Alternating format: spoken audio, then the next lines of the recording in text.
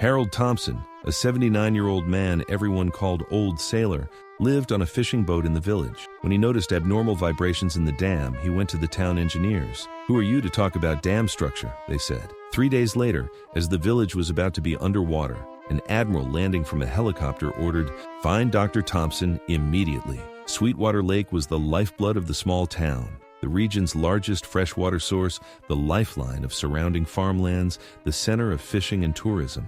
For the residents of the small town by the lake, Sweetwater wasn't just a lake, it was a way of life. For Harold Thompson, the lake had been his home for 15 years. Living on a well-maintained but old boat he named Blue Seagull, Thompson was just the old sailor to the townspeople. Every morning, he would take his boat from the eastern shore to the middle of the lake, usually returning when the sun set in the evening. Some thought he just fished. Others saw him as the town's old crazy man and paid no attention to his stories. Thompson's life was solitary and routine. At 79, he led a simple life. His boat was orderly, everything in its place, everything organized with a sailor's discipline. In the bow of the boat was a table covered with old nautical charts, a set of pencils, a ruler, and a notebook with regularly recorded notes. On the western side of the town, among the forested hills, stood the Sweetwater Dam, built in 1962. The 85-meter-high dam provided 40% of the region's electricity needs, supplied water for agriculture, and controlled flooding. The dam hadn't caused a major disaster since it was built until this March. Thompson was the first to notice that the lake water was behaving differently. For a man who had been going out on the lake every day for 15 years, even the slightest change in water movements wouldn't escape his attention. For the past 2 weeks, the water flow on the western side of the lake had changed. He also felt unusual vibrations when his boat was anchored near the dam. On the morning of March 18th, he went to the town hall. The mayor's secretary, Sarah Miller, knew the old man. "Mr. Thompson, how can I help you today?" she asked with a kind smile. "I have concerns about the dam, Sarah. I need to speak with the dam engineer." After making a few phone calls, Sarah directed Thompson to the office of town engineer Robert Collins. Collins was in his 40s, a civil engineer who had been serving in the town for the past 5 years, a graduate of the University of Pennsylvania. "Mr. Thompson, did I understand correctly? You have concerns about the dam?" said Collins, looking over his glasses. Thompson showed a notebook he took from his pocket. "I've recorded the vibrations coming from the west wing of the dam over the past 2 weeks. There are also abnormal depressions in the lake bed. I think there's a problem with the dam's foundation." Collins took the notebook and quickly flipped through the pages. It contained wavy lines, numbers, and technical drawings. "Mr. Thompson, you understand fishing. I appreciate that. But dam engineering is a different field. These are just some drawings," he said, handing the notebook back. "Engineer Collins, Look, Mr. Thompson, Sweetwater Dam underwent a full inspection last year. Everything is normal. I assure you there's no cause for concern," Thompson insisted. "Please listen to me. There's structural stress at a point near the foundation in the west wing of the dam. Probably the melting waters from the unusually heavy snow last winter affected the ground. If precautions aren't taken," Collins stood up. "Mr. Thompson, who are you to talk about dam structure? You're a fisherman.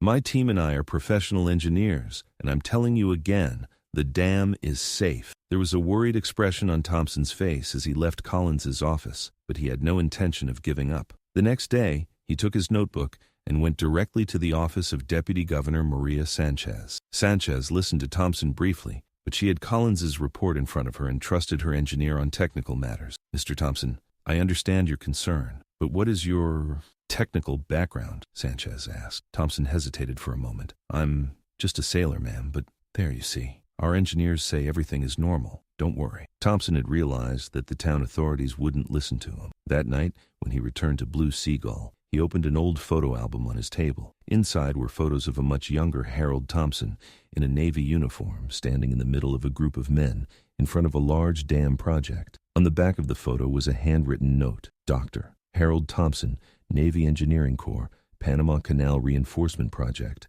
1982. Thompson closed the album and fixed his eyes on the dam across the lake. His concern was growing every day. On March 19th, heavy rains that started on the eastern shore hit the region. Meteorology predicted the heaviest rainfall in 50 years. Within 48 hours, the water level of the dam rose dangerously. Thompson anchored his boat near the dam and took measurements throughout the night. By dawn, his concern had turned to certainty. The crack in the west wing of the dam was growing. He went to the town hall again, but this time no one listened to him. The townspeople were busy protecting their homes against the approaching flood threat. On the morning of March 21st, Thompson made one last effort. He docked his boat and went directly to the town square. A group of people were entering the town hall in the rain for a town meeting. Inside, Mayor James Wilson addressed the townspeople. "Citizens, meteorology expects more rain for a few more days. Our dam engineers say the dam's capacity is sufficient.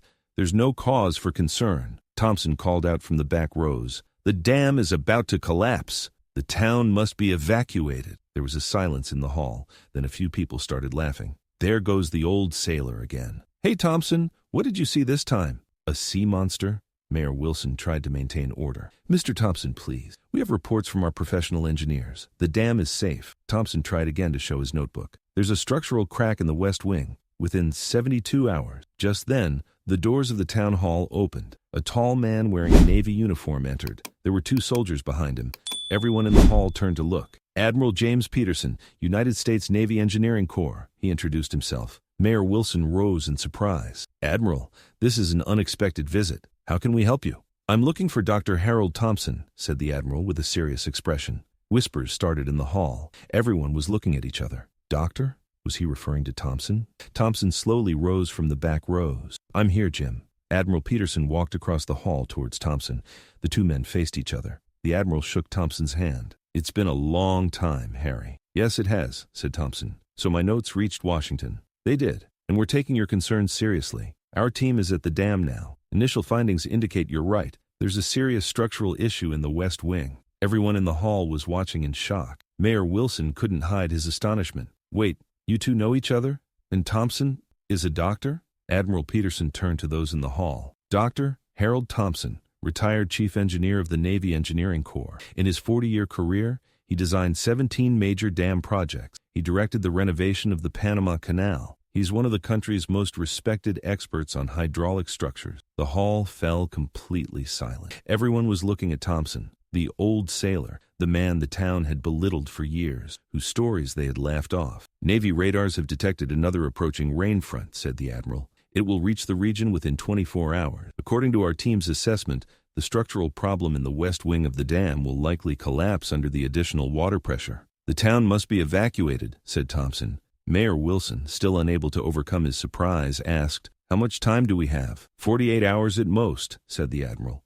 "The evacuation operation must begin immediately." From that moment on, the small town turned into chaos. The municipality activated emergency protocols. Navy helicopters came to help. Buses from nearby cities set out to transport town residents to safe areas. Thompson returned to Blue Seagull and retrieved the dam drawings and notes he'd collected over the years. He went to the dam with Admiral Peterson and the engineering team. There, they prepared an emergency response plan with the Navy engineers. While the town was almost completely evacuated, Thompson and the team were working to strengthen the west wing of the dam. Thompson's old but accurate information had identified weak points in the original construction plans from 1962. Time was running out. On the night of March 22nd, Thompson was in the dam observation tower. The rain had intensified. The lake level was rising every hour. Admiral Peterson came to his side. "Harry, you need to leave. The evacuation helicopter is waiting." "No, Jim, I'm staying here. If this dam collapses, the settlements below are still in danger. We need to monitor the pressure ratios."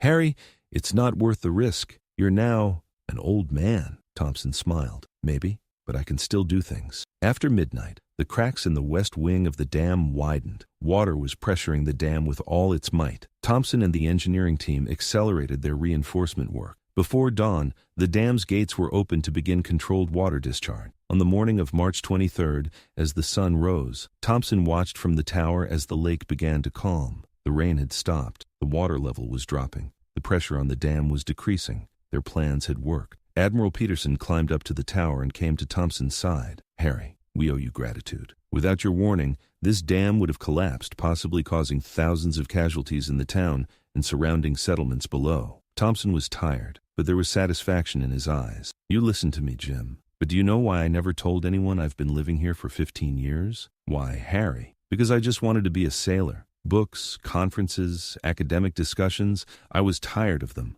I wanted to be just myself, on a small boat, on a quiet lake. And you were, but you're also a hero." Thompson smiled. Hero? Number just a man with the right knowledge, in the right place, at the right time. 2 days later, when the town residents returned to their homes, Thompson's story had already spread. The news that the old sailor was actually a world-renowned hydraulic engineer, that he had detected the problem in the dam in advance and saved the town from a potential disaster, had taken everyone by surprise. In a ceremony held in the town square, Mayor Wilson presented Thompson with the town's honorary citizenship award. All the engineers, including Collins, apologized to Thompson. The townspeople gathered around his boat and applauded. But for Thompson, the most beautiful moment came a week later. The municipality had decided to establish a new engineering research center on the shore of Sweetwater Lake and had named it after him. More importantly, a group of young engineers and university students had requested that he teach them about hydraulic structures. As Thompson sat on the deck of his boat, looking at the lake,